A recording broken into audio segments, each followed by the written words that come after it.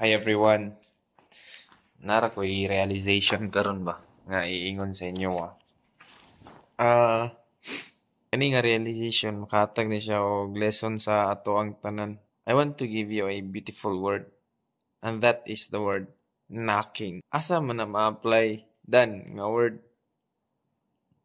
Ang word nga knocking ma-apply na siya sa mga closed doors. Lahi ang tuktok sa lungkab. Ang tuktok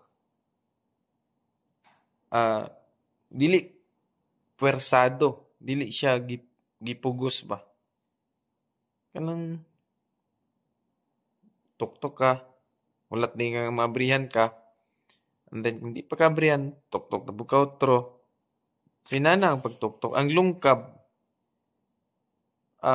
diretso, pugos ba, diretso tanggal, gipanggaan nimo. It takes force.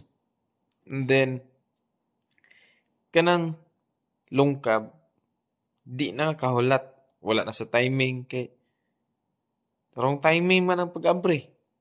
Takabalo, di pa dito pwede pabrihan kay natulog pa ang nasa sulod. Pero giabrihan na nato. Whereas kung manuktok ka, it means kung maabri ang nasa sulod sa pertahan, muna ang time nga pwede na tamo sulod. Ang pagtuktok, it takes patience to wait para maabrihan. Saying nalang ko diri sa gawas, willing kumulat, nanuktok ko, o kung pwede na, pwede bang maabrihan. And ang lungkab, as I have said a while ago, pinugos, which makes closed door hard to open ka ng mas musamot panahon nga siradan. Example, unay tao sa sulod, tapos lungkabo nimo i-attempt na lungkab. Ang mga tao sa sulod, kay alihan na nila ayo, punggan nila ayo, nga di anon ka, mabrihan. Pero manuktok ka, tulora ka tuktok nimo, kung right time nang mabrihan, abrihan kanila. It takes humility lang. Tuktok ka, mabrihan na rin ka kung time na. Same pod sa ato ang mga kinabuhi in our lives. Natay mga closed doors.